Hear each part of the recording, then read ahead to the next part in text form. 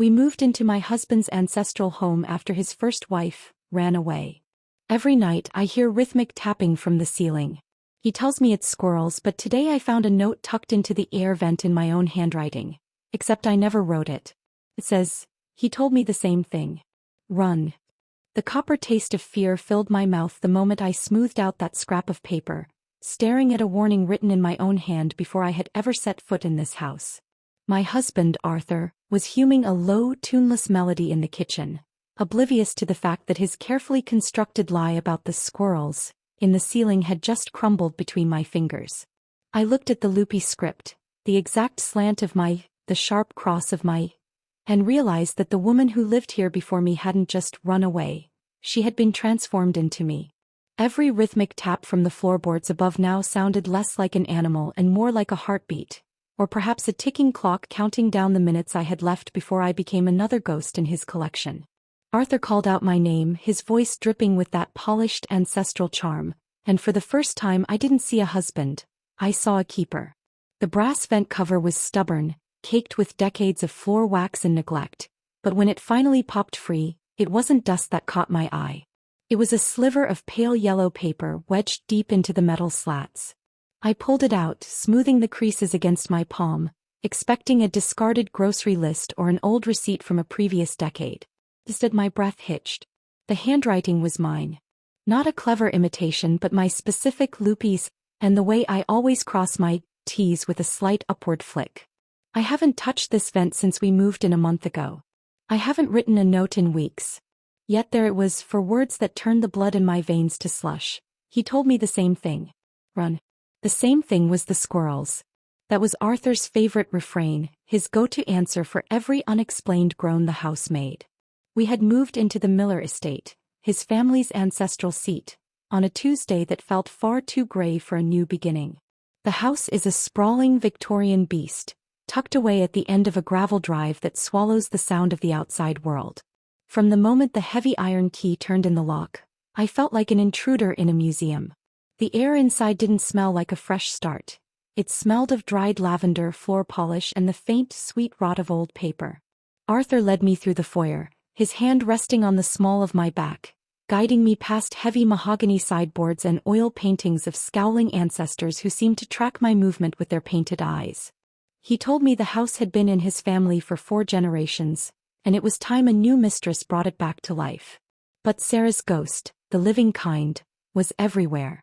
Sarah was the woman who occupied this space before me, the wife who apparently woke up one Tuesday morning, packed a single suitcase, and vanished into the ether without so much as a goodbye note to the neighbors. Arthur rarely spoke of her, and when he did, his voice carried a rehearsed pity that made my skin crawl. "She just wasn't cut out for the quiet life, Evelyn," he'd say, pouring a glass of amber sherry that caught the light like a trap. "Some birds aren't meant for cages, no matter how golden." I tried to scrub her away. I spent my first week scouring the kitchen tiles and rearranging the pantry, but the house resisted me. Every time I moved a porcelain vase, I'd find it back in its original spot the next morning, centered perfectly on the lace doily. I'd tell myself I was being forgetful, a side effect of the isolation and the mourning of my old life, but the unsettling feeling remained. I wasn't just living in a house, I was wearing a dead woman's shoes, and they were starting to fit too well. The first night the tapping started, I was jolted upright at exactly 3:14 a.m. It wasn't the settling of floorboards or the wind in the eaves. It was deliberate. Thump, thump, thump. A slow, rhythmic drumming directly above our pillows. I reached out for Arthur, my fingers brushing the cool silk of his pajamas. He didn't stir at first, then he rolled over, his eyes flickering open with a calm that felt entirely too manufactured for the hour. "Do you hear that?" I whispered, my heart hammering against my ribs like a trapped bird. He listened for a moment, the sound continuing with mechanical precision. Then he reached out and took my hand. His skin was unnervingly warm, contrasting with the chill in the room. "It's just the gray squirrels, darling," he murmured, his voice thick with sleep, or a very good imitation of it. "They get into the crawl space above the ceiling when the weather turns. I'll put some traps out tomorrow. Go back to sleep, Eve." He squeezed my hand, his grip tightening until the bones in my fingers groaned. He didn't let go until the tapping stopped 10 minutes later. I lay there in the dark, staring at the ornate plaster molding, wondering how a squirrel could keep such a perfect haunting beat. Over the next few days, the house began to anticipate me in ways that felt predatory. I went to the pantry to bake a loaf of bread to settle my nerves, and I found the flour, the specific brand of sea salt I prefer, and the exact jar of orange blossom honey I like, all lined up in the front row. I hadn't gone shopping since we arrived. Arthur claimed he'd made a run to the village while I was napping, but he didn't even know I liked that specific brand of honey. I had only discovered it myself a month before we married. It was a small thing, a kindness, yet it felt like a snare tightening around my throat. Later that afternoon, I found a set of brass keys tucked into a ceramic flower pot on the porch. When I tried them in the back door, they didn't fit. They were old, worn smooth by someone's thumb. When I showed them to Arthur, he laughed it off with a casual wave of his hand. Probably just an old set of Sarah's. The woman was forever losing things. Just toss them, Eve. But I didn't toss them. I hid them in my jewelry box under a false velvet lining. The silence of the countryside began to feel heavy, like a physical weight pressing against my ears. I found myself talking to the walls just to break the quiet, but the house never answered, except for that nightly tapping. It was becoming a ritual. 3:14 a.m. Thump, thump, thump. Every time I brought it up, Arthur's explanation grew more elaborate, more scientific, more condescending. He spoke of nesting patterns, of the way the Victorian insulation amplified sound, of his plans to hire a contractor who never seemed to arrive. He was gaslighting the very air I breathed, turning my intuition into nerves. That brings me back to the vent. Finding that note wasn't just a shock. It was a fracture in my reality. I stared at my own handwriting on that yellowed scrap of paper. He told me the same thing. Run. I felt a cold sweat break across my forehead. If I didn't write this, then Sarah did. And if Sarah wrote this in my handwriting, it meant Arthur had a type. Or worse, he was training us to be the same person, shaping our habits, our preferences, and even the way we held a pen until the distinction between the old wife and the new wife disappeared entirely. I tucked the note into the deep pocket of my cardigan just as I heard his car tires crunching on the gravel driveway, returning from his errands. I had to be a silhouette of a wife. I had to be the woman he expected. That evening, I set the table with the heavy silver and lit the tapered candles, their flames dancing in the drafty room. When Arthur walked in, he kissed my cheek, his lips lingering just a second too long on my skin. "You look pale, Evelyn. Are the squirrels keeping you up again? You really must try to rest." "I'm fine," I lied, my voice steady despite the paper burning a hole in my pocket. "Just a bit of a headache from the dust in the hallways. I've been cleaning." We sat down to dinner in the formal dining room, a space that always felt too large for two people, as if the empty chairs were occupied by those who came before. Arthur began to eat, cutting his steak into perfect, identical cubes. The silver clinked against the china with a rhythmic precision that echoed the tapping in the ceiling. I watched him, really watched him, for the first time. I noticed the way he didn't blink when he spoke, the way his smile never quite reached the corners of his eyes. He looked like a man playing a part in a play he had performed 1,000 times before, and I was merely the latest actress cast in a doomed role. "I was thinking of clearing out the attic this weekend," I said, my heart skipping a beat as I tested the water. His steak knife paused midair. The silence that followed was thick enough to choke on. He slowly looked up, his expression unreadable in the flickering candlelight. "There's no need for that, Eve. It's mostly just old family junk. Dust and memories. I wouldn't want you exerting yourself.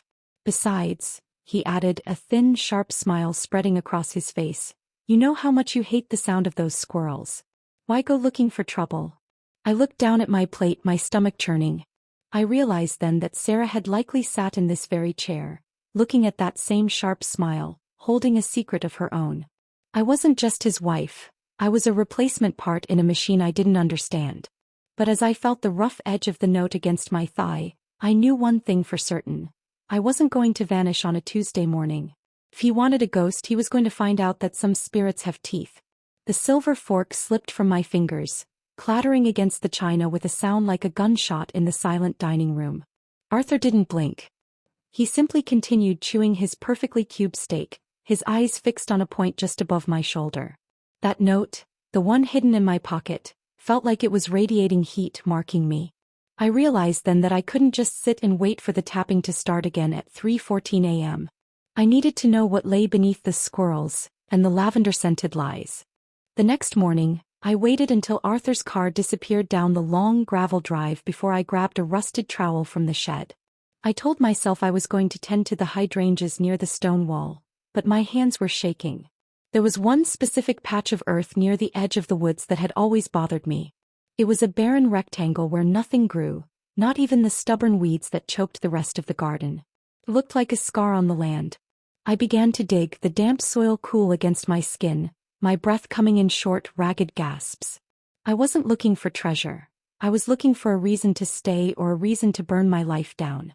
6 inches deep, my trowel struck something hard. I brushed away the dirt to reveal a small, tarnished silver locket. My heart hammered against my ribs as I pried it open with a broken fingernail. I expected to see Sarah's face, the woman Arthur claimed had abandoned us. Instead, nestled behind the glass was a coil of hair. It wasn't Sarah's dark chestnut. It was a pale, strawberry blonde. It was the exact shade of my own hair. A cold realization washed over me. This wasn't a keepsake of a lost wife. It was a trophy from a cycle that had started long before I arrived. I couldn't stay in the house a moment longer.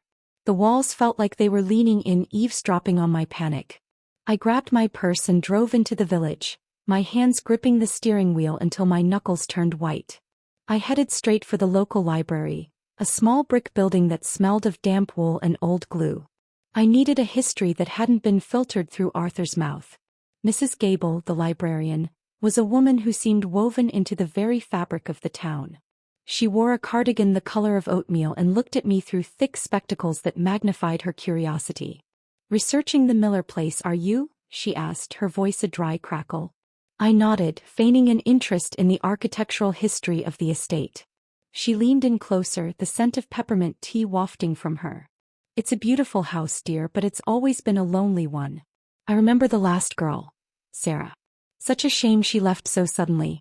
She was here every Friday checking out books on rose cultivation. She had a touch for them, you know. People say she ran off, but I never did believe it. A woman who spends 3 years coaxing a rare blue rose to bloom doesn't just walk away from the buds the week before they open. It's against nature." Her words hung in the air like a heavy fog. Sarah hadn't been a flighty woman looking for excitement. She had been a woman with roots, a woman who was tied to the soil I had just been digging in. The fear was a living thing now, a knot in my stomach that wouldn't loosen. 2 days later, Arthur announced he was taking a short business trip to the city to settle some estate matters. I stood on the porch and waved until his car was a mere speck, but the moment he was gone I didn't feel relief. I felt a ticking clock. I went to the hallway and stared at the pull-down ladder to the attic. My hands were slick with sweat as I gripped the cord and tugged. The ladder groaned, protesting as it descended. The air that puffed down from the darkness above was stale and metallic. I climbed up, my flashlight cutting a narrow path through the gloom. The attic was a graveyard of furniture, but in the far corner, behind a wall of heavy steamer trunks, I found it. A small, partitioned-off space that shouldn't have been there. It was a makeshift room barely larger than a closet. Inside was a narrow cot and a small wooden crate used as a desk. My light landed on a stack of journals. I opened the top one and the world seemed to tilt. The pages were filled with that same handwriting. My handwriting. August 14th. The tea tastes like copper again. My legs feel heavy like they belong to someone else. He says I'm just tired, but the tapping in the wall is getting louder. He's trying to make me forget who I was before I came here. I flipped through the pages, my eyes blurring. It wasn't just a diary. It was a manual of a slow, methodical erasure. The journals detailed how Arthur would slowly introduce supplements into the food, how he would move things to make the writer feel she was losing her mind, and how he would reward her only when she behaved exactly like the person he envisioned. It was a blueprint for a perfect hollow wife. I realized then that the tapping wasn't squirrels or ghosts. It was a woman trapped in this very space, signaling for a help that never came. I was sitting on the attic floor, clutching the journals to my chest, when the silence of the house was shattered. The landline downstairs began to ring. It was a jarring, frantic sound. I scrambled down the ladder, nearly falling in my haste, and snatched the receiver from the cradle in the kitchen. "Hello," I gasped. "Is this Evelyn?" The woman's voice on the other end was frantic, thin with age and grief. Listen to me very carefully. This is Martha, Sarah's sister. I know Arthur told you I passed away in the accident, but I've been trying to find you for weeks. I finally got a lead on where he moved. He told me Sarah left him, I whispered, my eyes darting to the window. Sarah never left, Martha sobbed. She was terrified. She called me the night before she disappeared and said she'd found a way to prove what he was doing. She told me she hid the evidence beneath the floorboards, under the mahogany wardrobe in the master bedroom. She said if anything happened to her, I had to find it. Evelyn, you have to get out of there, but you have to find those papers first. They're the only way to stop him from doing it to someone else. I hung up the phone, my mind racing. The mahogany wardrobe. It was a massive piece of furniture, an heirloom that looked like it weighed a ton. I ran to our bedroom, my boots thudding on the hardwood. I grabbed the edge of the wardrobe, bracing my feet against the floor, and shoved with all my might. It didn't budge. I tried again, my muscles screaming, until I noticed something peculiar. There were heavy steel bolts anchoring the base of the wood directly into the floor joists. He hadn't just placed it there, he had sealed it. I sank to my knees, clawing at the wood, tears of frustration stinging my eyes. That was when I heard it. The sound of a car door slamming shut in the driveway. My heart stopped. Arthur wasn't supposed to be home for another 2 days. I heard the heavy thud of the front door opening and the familiar melodic whistle he always used when he was in a good mood. Evelyn. Darling, I realized I forgot my briefcase.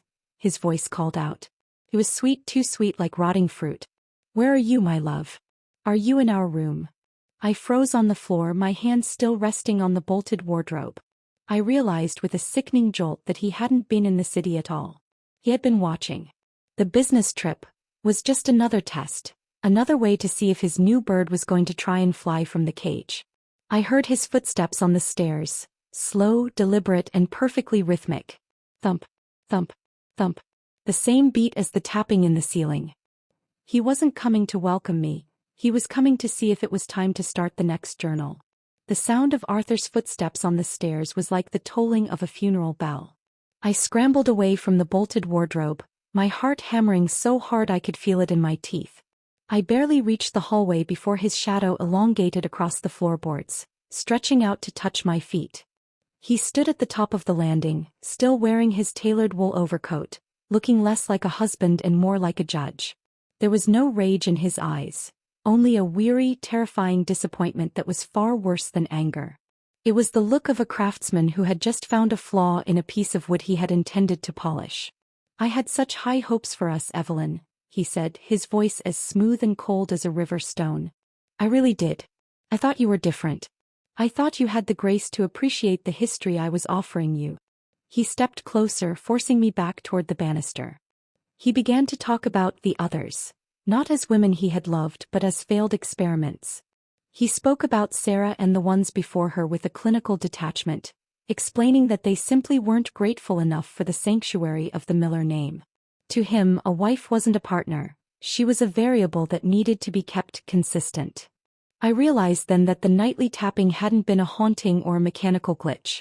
It was his method of surveillance, a way to measure my psychological breaking point and gauge my loyalty through my reactions to the unknown. He wanted a woman he could mold until she was indistinguishable from the portrait on the wall. Fear is a heavy thing, but as I looked at the man I had promised to honor and obey, a different sensation began to coil in my gut. It was a cold, sharp spark of defiance. I remembered my mother, a woman who had raised 3 children on a shoestring budget without ever letting the world see her back bend. I remembered her telling me that the loudest men are often the ones most afraid of the silence. I forced my breathing to shallow out, letting my shoulders slump and my chin tremble. I leaned into the persona he wanted, the broken, submissive bird. I let a single tear track down my cheek, playing the part of the victim so perfectly that I could see the tension leave his shoulders. He liked seeing me small. He thrived on it. I'm sorry, Arthur, I whimpered, my voice barely a thread. I got so confused by the noises. Please, I just need some water. My head is spinning. I began to move toward the kitchen, toward the back of the house where the cellar door stood ajar. I made my footsteps heavy and clumsy, stumbling slightly to convince him I was on the verge of a breakdown. He followed me, a predatory smirk tugging at the corner of his mouth as he enjoyed his perceived victory. He thought he had broken me just as he had broken the others. But I had been busy while he was away on his errands, earlier that week. I had found the small blue bottle in his study hidden behind a false book, the same herbal supplements the journals mentioned. Yesterday evening when I prepared our reconciliation tea, I hadn't just steeped Earl Grey. I had watched him drink every drop of the liquid I'd laced with his own medicine. As we reached the kitchen, I noticed his hand catch on the doorframe. He blinked rapidly, his movements becoming heavy and sluggish, like a man walking through deep water. The hunter was beginning to feel the weight of his own trap. What did you put in that tea, Evelyn?" he managed to slur, his voice losing its melodic edge and turning into a gravelly rasp. He tried to reach for me, but his fingers were clumsy, missing my arm by inches. He swayed on his feet, his eyes struggling to focus on my face. "I gave you exactly what you've been giving me, Arthur," I said, my voice no longer trembling. It was as sharp as a razor. "Consistency. Isn't that what you wanted?" I watched the realization hit him. It wasn't a punch to the stomach. It was the slow, agonizing dawning of a man who realized he had been outplayed by the very person he viewed as an ornament. He collapsed into a kitchen chair, his head lolling back. He was conscious, but the world was drifting away from him. I didn't waste a second. I stood over him, holding the heavy brass keys I had found in the flower pot, the keys that I now realized belonged to his private filing cabinet in the cellar. "The papers, Arthur. Where are the real deeds? Where is Sarah's letter?" I demanded, my voice cold and unwavering. He groaned, a pathetic sound, and pointed a trembling finger toward the cellar stairs. I left him there, slumped and defeated, and descended into the cold, damp dark of the basement. In the bottom drawer of a locked steel cabinet I found the truth. There were deeds to properties I never knew existed, insurance policies, and a stack of letters. The note I had found in the vent hadn't been a random warning. It was part of a long, desperate letter Sarah had written to whoever came after her. She had been the one to hide the notes in the vents, the floorboards, and the garden, creating a trail of breadcrumbs for the next victim. She hadn't run away. She had stayed long enough to ensure that the woman who replaced her would have the weapons to destroy him. We were a sisterhood of survival, connected by the same loopy handwriting and the same shared trauma. By the time the first rays of dawn began to bleed through the kitchen windows, the flashing blue and red lights of the local police cruisers were reflecting off the antique glass. Mrs. Gable had called them after I'd sent a frantic text from the library's public computer days ago, asking her to check on me if she didn't hear from me by morning. They found Arthur still in the chair, a hollow shell of the man who had tried to play God with women's lives. I stood on the front porch as they led him out in silence. The morning air was crisp and smelled of damp earth and freedom. I looked back at the Miller estate, the ancestral home that had been a prison for so many. The rhythmic tapping was gone.